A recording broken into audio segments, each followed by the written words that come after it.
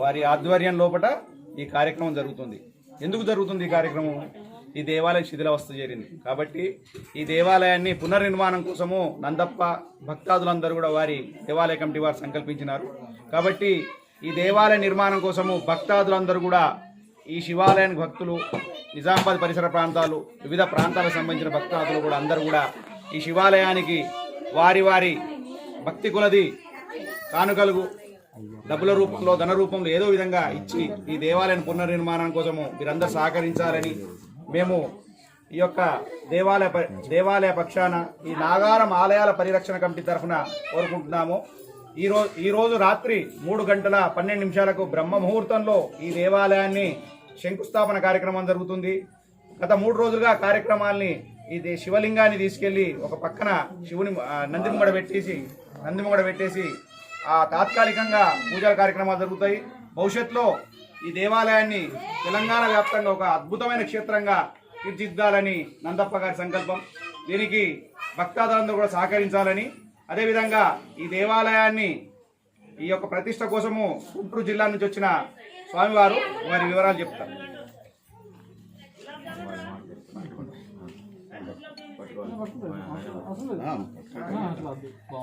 హరి ఓం శ్రీ గురుభ్యో నమః. విశ్వకర్మాదిశాం ప్రతిష్టన వస్వం పాతు సోస్మాన్ పాతు తస్మై శ్రీ గురువే నమః. నాయన, ఈ నిజామాబాదు జిల్లాలో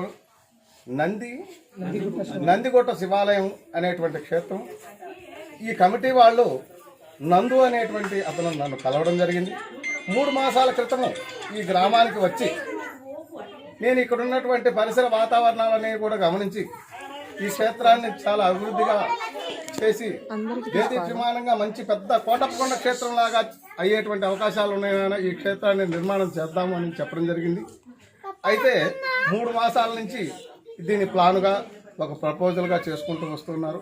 ఈ గ్రామస్తుల సహకారం, విశ్వకర్మ సహకారం, గ్రామంలో ఉండేటువంటి కుల మత వర్ణ వర్గ విచక్షణ లేకుండా అందరి సహకారం కూడా ఇక్కడ కనపడుతుంది.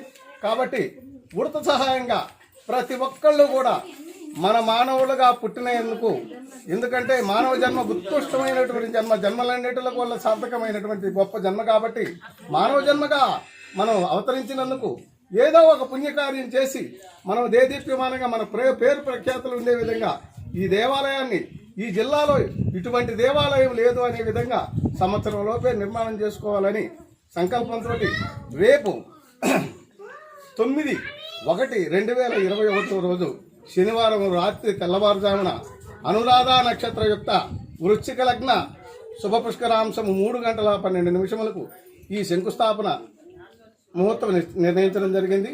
శుభం భవతు. ఓం నమః శివాయ. ఓం నమః శివాయ. ఓం నమః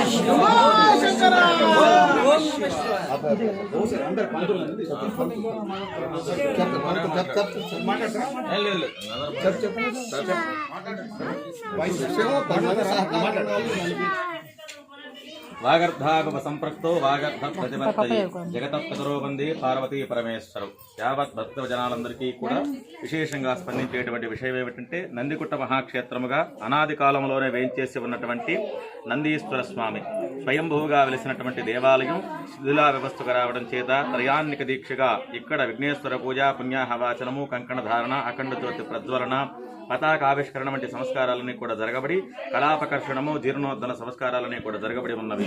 అదే విధముగా రేపు ఉదయం అంటే ఈ రోజు రాత్రి తెల్లవారుజామున 3:12 బ్రహ్మముహూర్త సమయమున పరమేశ్వరాధీనసానుసారముగా, అంటే శివుని ఆజ్ఞ లేనిది శివమైనా పుట్టదు అని చెప్పేసి అంటుంటారు.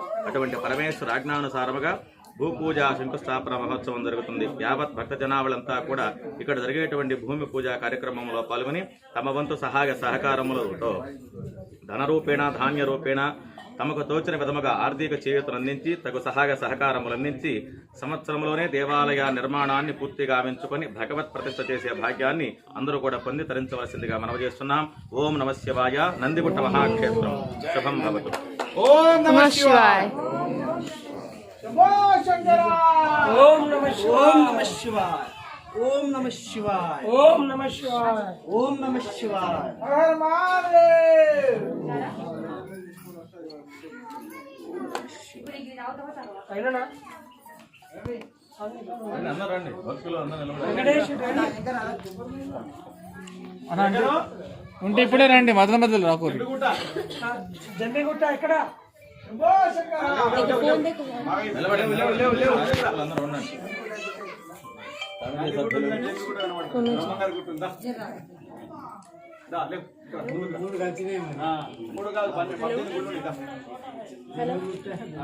మాణికేశ్వరం ఉంది, జంబిగుట్టు ఉంది. అందరూ చేతులు పైకెత్తి ఓం నమః శివాయ. ఓం నమః శివాయ. శంకర